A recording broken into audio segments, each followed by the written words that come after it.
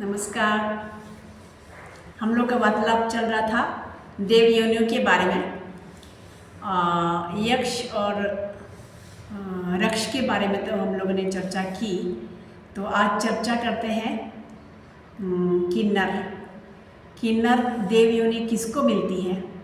जो लोग साधना में तो बहुत अच्छे उठ गए हैं, बहुत ऊंचे, लेकिन मन में एक इच्छा रह गई, हे भगवान, मैं देखने में उतना सुदर्शनीय नहीं हूँ, मुझे अगर मैं सुदर्शनीय होता, डायरेक्ट इच्छा नहीं मांगता, लेकिन मन में सोचता है, इच्छा नहीं मांगता है परमात्मा से, लेकिन मन में सोचता है। तो भगवान, मुझे अगर मैं सुदर्शनीय होता तो मुझे इतना सोचते वो मन में सोचता है, भगवान मैं क्या सोच रहा हूँ, मुझे ये नहीं सोचना चाहिए। तो ऐसे जो लोग हैं मृत्यु के बाद में देव योनि बनते हैं, वह है किन्नर। 3 तत्वों के साथ में अपनी देह को यूज करते हैं, तो वो हो गए किन्नर। और उसके बाद में है किन्नर के बाद में है विद्याधर। तो विद्याधर क्या है?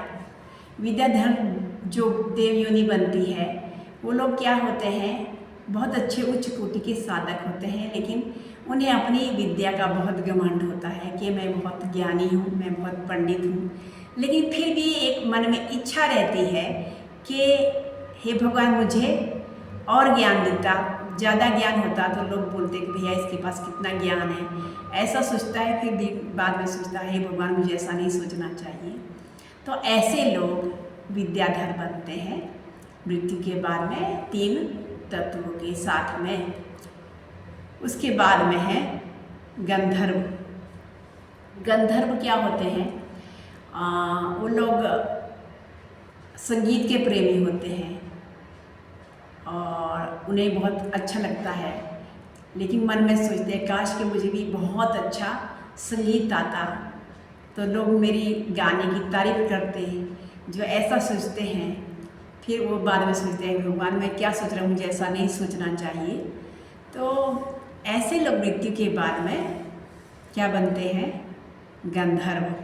तो जहाँ कहीं भी संगीत होता है तो वहाँ पे लोग सुनने के लिए इकट्ठे हो जाते हैं। कीर्तन भजन जहाँ होता है वहाँ पे ये लोग आते हैं, गंधर्व देव योनि।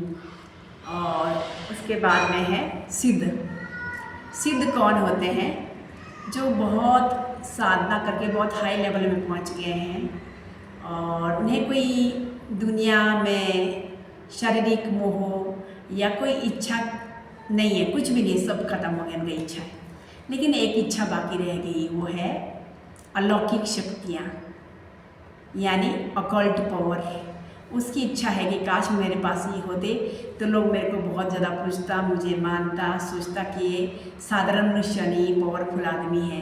तो ऐसा भाव जो आता है, फिर सोचते नहीं, मुझे ऐसा नहीं सोचना चाहिए। अच्छे होते हैं ये लोग सब, जितने भी देव योनियाँ होती हैं, लेकिन एक सोच से ही इन्हें देव योनि प्राप्त होती है।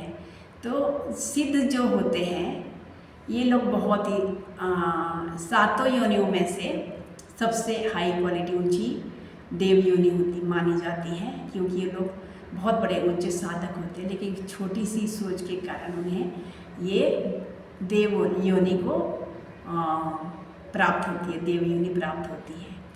और लास्ट है विद्याधर। विद्याधर नहीं, प्रकृति लीन। और प्रकृति लीन क्या है?